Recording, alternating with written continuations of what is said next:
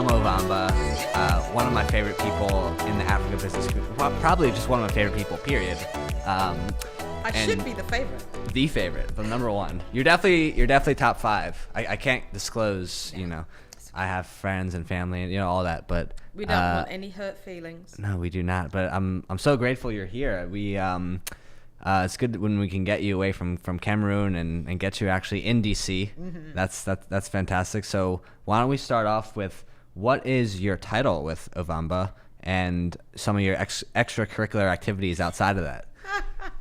Extracurricular. Okay. Yes. So I am the co-founder and president of Ovamba Solutions, Inc. And I do have 2 co-founders, Marvin Cole and Prashant Mahajan. But when I am not building trade tech solutions for the African market, I am in hotels and I'm on aeroplanes, and I have been unanimously voted by myself, party of one, to become...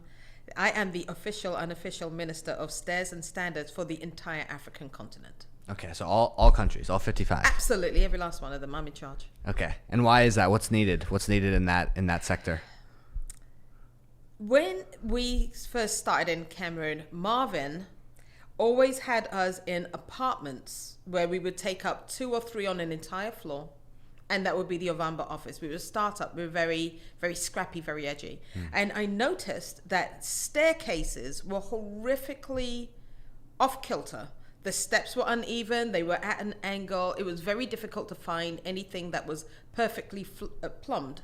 And I began to notice this, and I would complain that, well, is there nobody in charge of standards or even just stairs? Then I'd go to hotels and I'd find some very dodgy, strange things. And I started doing these videos on Facebook and assigning what we call Langa points. Now, if somebody in Cameroon comes up to you and strokes their throat and goes Langa, it means greedy, jealous. So I started showing people beautiful places and not so beautiful places, and I'd invite them online and they would assign how many Langa points for this hotel room. And I'd always start every video with that I'm the official, unofficial minister of stairs and standards, because I want to show people how nice things are and point out when things are pretty bad. Well, so I think most of the hotels that you stay at in Cameroon are pretty nice. Some of them really are even nice. right on the beach too. Hotel Ilomba. I did a video and they had a gallery. The floor was smooth. It was parquet. It was inlaid with granite. It had a viewing balcony that was perfectly plumbed. The stairs were excellent. I had never seen anything so graciously symmetrical, and it made my heart swoon. It was brilliant. Yeah. Well, it's great. It's great that you put out that type of content on your Facebook, because it stuff like that and stuff like this challenges the narrative and the perception that people have in their mind, especially here in the U.S. of what Africa's like. Obviously tourism is a big industry where there's a lot of potential for a lot more money to flow in Africa. Underplayed. There's not as much tourism on the African continent as you would wish or hope for. And that is one of the reasons why these stereotypes persist. Because what are your favorite countries you've been to, Andrew? In Africa or just in general? Anywhere in general. I love Nairobi. I love time in Nairobi. I connected very briefly through Casablanca on my way to Lisbon for Web Summit a couple years ago. And the Airbnb that I stayed at was just unbelievable. I stayed at a good one in Ghana. I should have done a Langa Points video then. So those are the next 2. So the next markets I need to go to in Africa are Ghana, Ethiopia, Rwanda. Those are top. Come to the Francophone side. Come join us. I know. I haven't been to Francophone really either. Yeah. One thing that I actually hear a lot, I want to get your thoughts on. So when you go to somewhere that's more on the Anglophone side of Africa, the infrastructure beyond the cities is a little bit built out. Like there are roads there. But specifically within Francophone Africa, like if you go to Abidjan, the infrastructure is just Abidjan. Outside of there it's very different. It's very different. And even the infrastructure in the city, there could be some better town planning, city planning, trying to expand beyond what the population is doing today, not just the numbers. We don't see very much of that. And this is why what started out as a joke is actually a really serious point.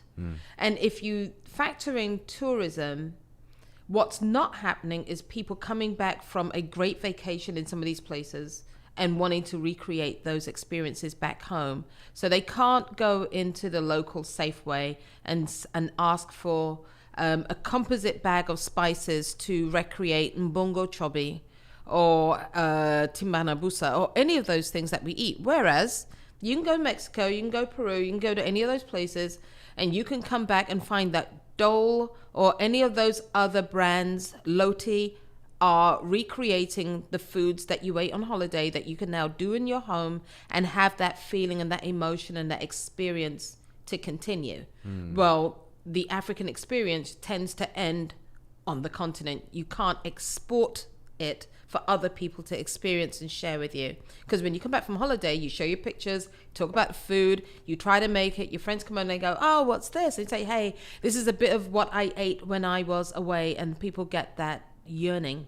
We have yet to capitalize on that properly. Right. That makes sense. Well, one thing I think is happening is mainly within the entertainment area is where Africa is being exported. And it seems like the Black Panther catalyzed something in the entertainment industry. And now, you know, when I turn on the radio around here, all I hear is Burna Boy and Davido and all these Nigerian artists. And I'm a huge interesting space. I'm a huge Burna Boy fan, by the way. Recently, over the past year, I've discovered him. I am at a slight disadvantage. I'm going to be perfectly honest and transparent here. Okay.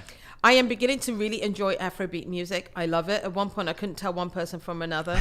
That's because for the longest time, my shameful secret was I was a heavy metal fan, a closet heavy metal freak.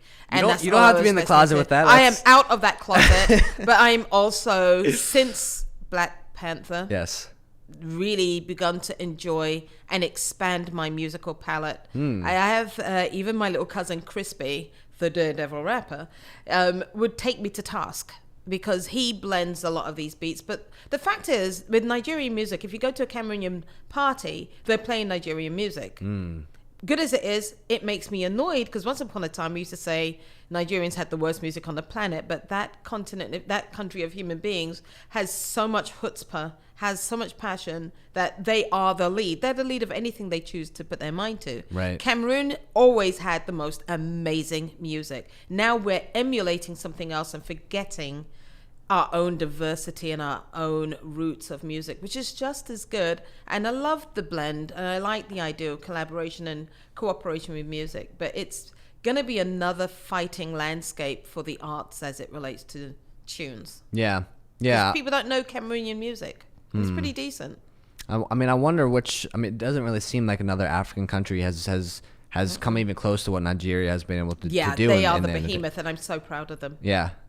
Well, I mean, it makes sense with the Nigerian spirit is, if there was just the right channels for them to actually put that energy towards back home to actually build companies. If it was more of a capitalistic society, I think it would, although they are more capitalistic and forward than many that I've encountered. We were recently pitching to a bank, and the chairman who was at the meeting basically asked us a bunch of questions, asked for the demo, asked his key leadership what they thought, and he just went with his hands on the table, said, I need that pilot in here in 2 weeks' time. Got up, he said, these people are assigned to make it happen. That does not happen in Francophone-led countries. I've seen that behavior in Ghana.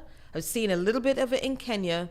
But we are, unfortunately, I hate even the fact that we use someone else's language to define and divide ourselves. That makes no sense whatsoever. But there is a total difference in how these groups do business and look at capitalism. Could you explain what you mean by that? Yeah. The language? What do you mean? I just said Francophone countries, didn't I? Mm-hmm. These are countries that have been colonized by France. Their main official language is French, usually. So take a country like Cameroon, we're bilingual. We've got all of these disruptions that are being defined along language lines. But these are not our original languages. These are not our original cultures. Yet we are arguing and fighting and defining ourselves by something that comes from outside. There could not be a more well-architected piece of disruption than bringing in an outside influence to make people divide each other. Senegal, Cote d'Ivoire, all of these other countries where I'm seeing a reduction in French speaking and more people speaking English. And we're supposed to say this is good, and in a way it is. But I noticed when I was in Nigeria and Ghana, in offices, people are speaking their own dialects to each other in business. Blew me away. Because I truly believe that your ability to authentically express yourself in your own native language is a right, and it's a choice. But for some of us, that's not available. We have to use somebody else's language in order to speak to people who look and sound just like us. And I think it's creating a bit of a challenge, but better than that, there's an opportunity here to refine who we are in the modern parlance, and dividing ourselves and understanding our ethnicity based on these other language structures, I think is becoming problematic. Interesting. And do you think tech in this modern day startup movement in Africa is a channel for that to happen in the Francophone countries? Because one thing is that, you know, Francophone, I think it was you that told me this quote, where it was like, the problem in Francophone is people don't have this mantra of ask for forgiveness, and you know, they want to ask for permission before they do something, right? And that's a part of the culture that needs to go away if there's going to be a thriving startup culture. You know, startups by their very nature are seeking to insert themselves into a space that previously didn't have anything like them, and if you want to call it disruption, that's good. I was in Istanbul last week and had breakfast with a lady yesterday morning who was explaining to me that in the Turkish language, the word disrupt means destroy. And she was arguing that from the tech standpoint, it's not about that. It's about changing the existing order the way it is in order to bring something new that will improve. Now, in these parts of the world, the idea of needing to ask permission is really because autonomy is frowned upon. It's very difficult to disrupt an incumbent. New ideas that come from the youth are difficult when the leadership is twice your age. And even the French language itself makes it very hard to quickly transmit ideas and create lingo as you go along. It's easier in English, and it's easier to do business in English. So I think that there are some inherent disadvantages, but I'm seeing the tech startup space with the youth coming up with new ways to do things better. And for them, the struggle is real. It really is real, but there's some phenomenal successes. Yeah. Yeah. Well, I think, you know, one thing you just said there is has been translated into the fintech ecosystem, where it hasn't been a narrative.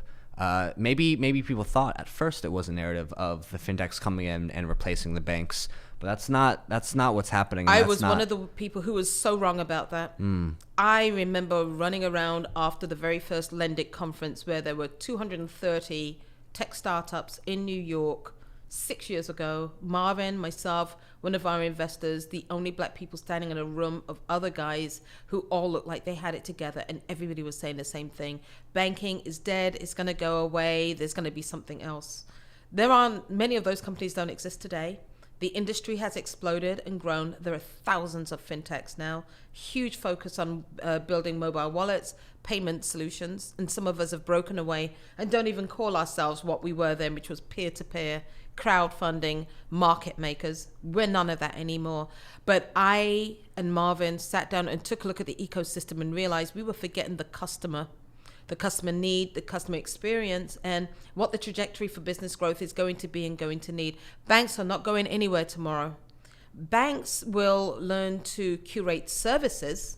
We're not going to hear people talking about market segmentation. We'll be looking at every individual customer based on their needs and what's the best way to deliver quick, efficient, well-priced services to them.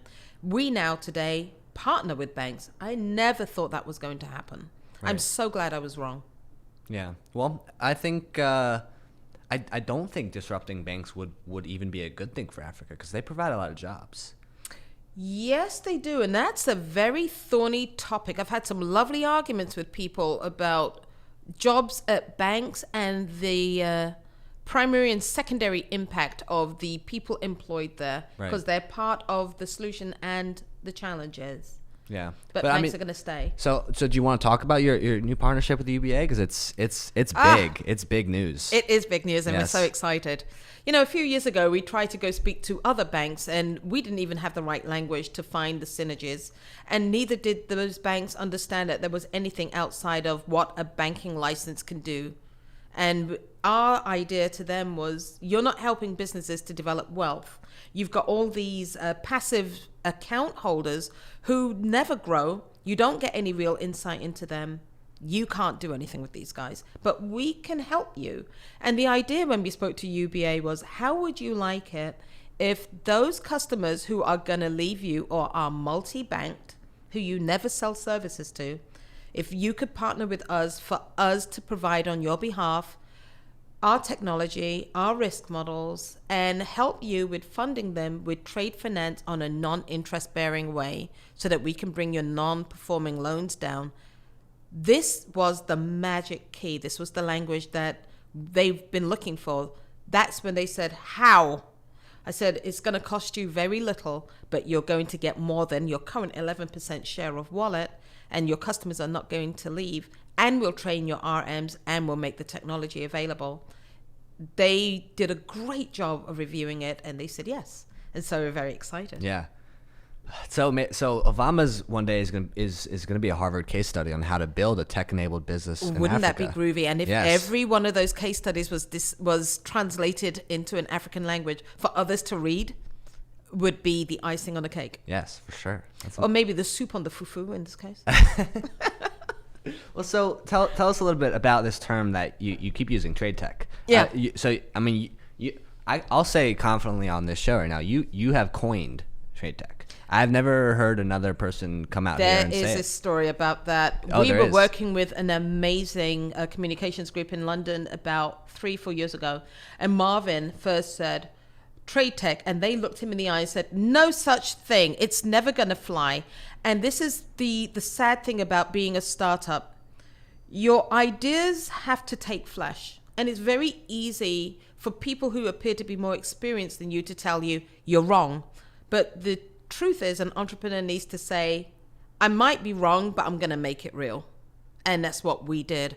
We didn't abandon the word because we knew that some form of trade support was necessary for the informal sector, because that's what most of them are doing, especially women. They're buying and selling something and they're suffering from cash flow management. And so we sat down one day. I remember I was almost in tears. It was emotional. I was angry. I kept looking at companies growing, Jumia and all these people just skyrocketing with their lovely little hockey J sticks, thinking, why aren't we like that? And I thought, keep talking about blue oceans. We know how to make one, but we haven't done it. Where is our courage? And that's when I said to Marvin, we're not what everybody, especially VCs, ask for. But we keep on changing pitch decks, changing ourselves to suit the language versus telling people, nah, you don't need to fund us, but we are what we are. When we did that, Andrew, that's when things changed. We said we're trade tech. Call us a subsidiary within fintech, but we're really finding ways to use technology to enable trade so that we can generate more profits, more revenue. And we're going to do it using Islamic finance concepts. Right. Nobody else was doing that. In fact, as far as I'm concerned, very few people do what we do. Everybody said, well, you're trying to do too much and you're muddying your message. Yes, we're nibbling on the butt of an elephant, but we're going to keep on chewing till this thing is down to the bone. Right. And that's that. Yeah. Here we are today. We've gone to banks and said, we're not competitors to you. We're going to give you a trade finance solution for the informal sector. And they all went, we don't have that. Now you do. Perfect. This is the Harvard case study that you're talking about. How can we find a new way to make money available without lending? It sounds like some sort of a trick, but it isn't. There's different ways to create velocity of capital. Yeah. Trade tech does that. Well, I mean, that's very, very similar to, I feel like, my story and Andile's story of, we have with podcasting, Uh-huh. where the industry has kind of directed itself. You had Gimlet Media. I'm not sure if you're familiar with Gimlet. I am. So I they're am, they're actually. based in New York. Spotify bought them for $100 million. Couple years. Well, they bought them and another startup, Anchor, in Silicon Valley for $100 million. And when Gimlet first started out, they were producing very high budget podcasts that maybe had $1 million budget. Okay. And so at first that seemed like the right model for podcasting, but where the industry has gone is more towards communities built off of personalities. Yeah. And why has that happened? Well, when you have a personality that could run a show, you can run a show very, very cheaply, right? Because you don't have to have this huge budget. It's just the personality on the mic. Yeah. And so the margins on that type of show are so much better than a show that's That's a change in model, isn't it? it is a change in model. Yeah. For sure. And so and the reason I bring that up is because Delia and I both were separately building these kind of personality brands that were very reliant on us. And so it was an issue for a couple of years, because it was like, how does that scale? How does this actually turn into a business that we could walk away from? But then the industry kind of came to us and the model that we were building. And it's the same thing with you. I think I saw that without realizing what I was seeing. I've had the pleasure of being on both of your shows, and they're both world-class, excellent. You guys know Thank you. what you're doing. And the first thing I felt when I walked away from either show was, these guys are creating markets. They're creating listening ears to the ground on people like us who are somewhat invisible globally. You got to be in the know to know. But you have brought this visibility to so many of us that is just insanely brilliant, and I love it. Well, thank you. I'm very grateful for so that. exciting. And so the lesson here, though, there's a lesson in both of our stories, and the lesson is that when you're building something, it's actually okay if you're the only one and everyone is telling you you're wrong, because they're probably wrong. There's a groupthink, there's a herd mentality that happens in markets, and I noticed this in the crypto space too. In the last bubble, there was this kind of repetition of the infrastructure layer is where the $1 trillion opportunity is in crypto. That conversation has changed now, and everyone's saying the opposite. And so it's kind of that was my first real big market cycle, because we've been in this great bull market for so long now that most millennials haven't experienced the market cycle. That's dangerous. It is very dangerous. I agree. I don't know when the next recession is coming. It's coming. That's like being pregnant forever.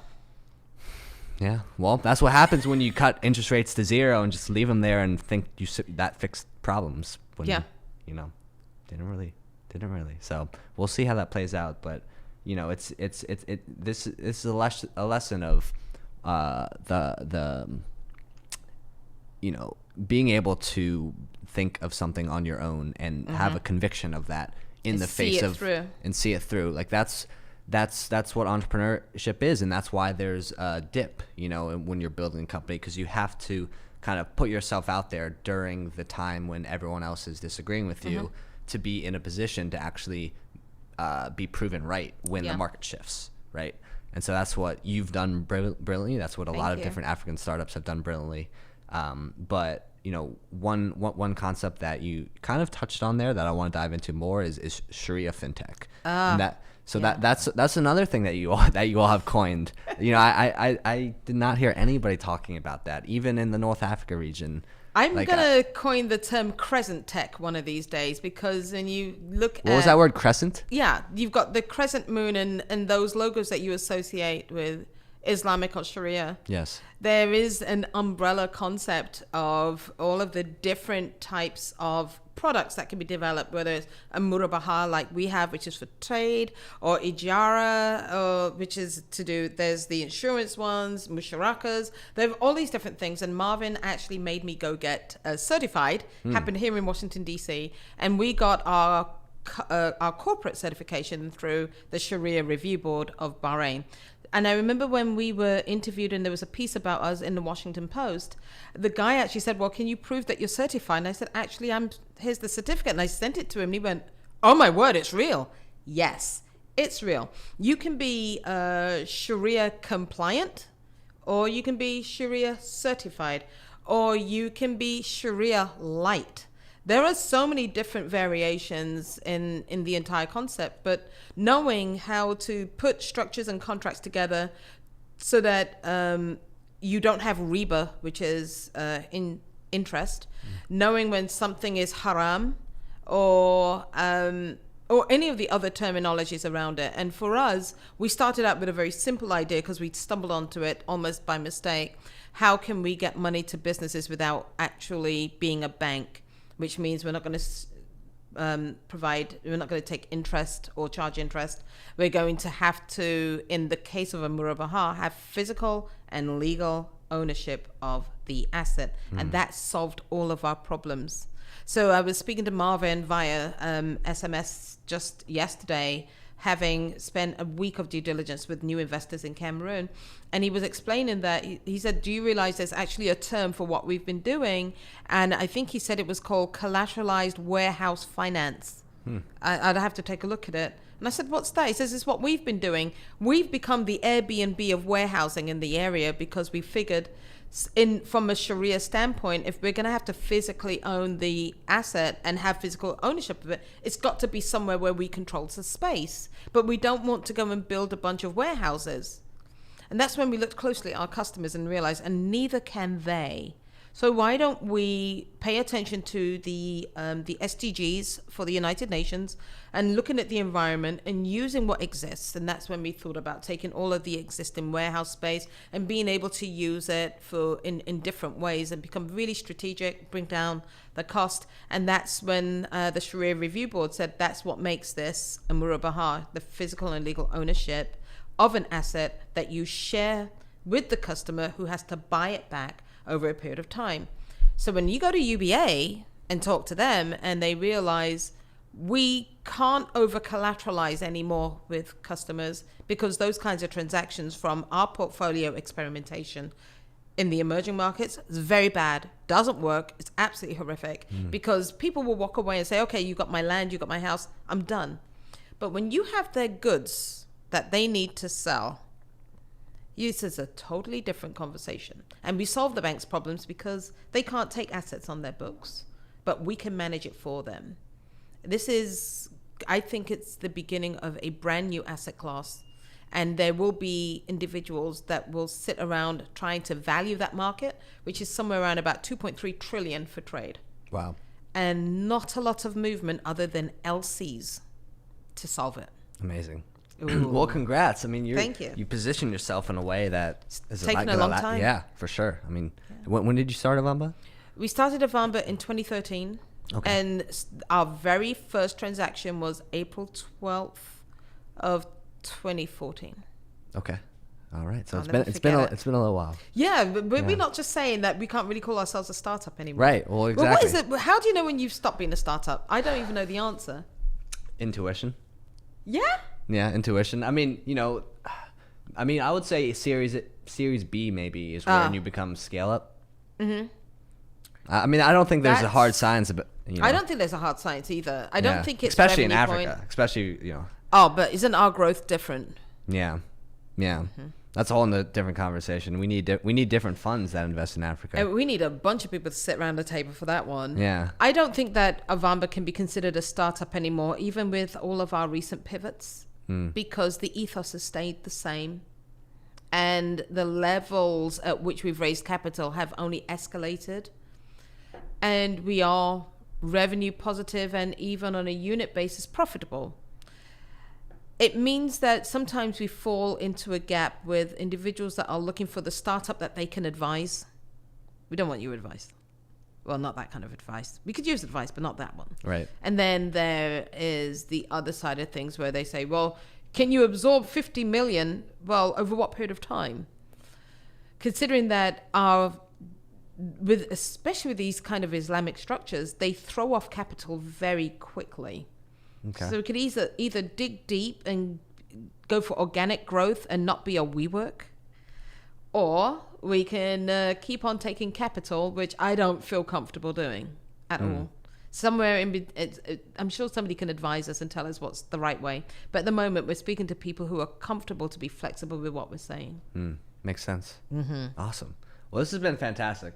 I've learned a lot from this conversation. Well, I learned a lot from you. You're very thought-provoking, Andrew, so this is Thank great. you. I try to take time every day to just think. Yep. Like literally, I put, maybe 30 minutes, an hour on my calendar to literally just like sit down, devices off, and just think about things. I think that's important. We do that in the office, and it's from that show, The One Thing. Okay. And so we have one thing time, and if you go around the Ovamba office, you'll see people with a notice that says, until my one thing is done, everything else is a distraction. And they actually book that from this time to this time. I'm not taking phone calls. You can't come and ask me if you got a minute or any of those things.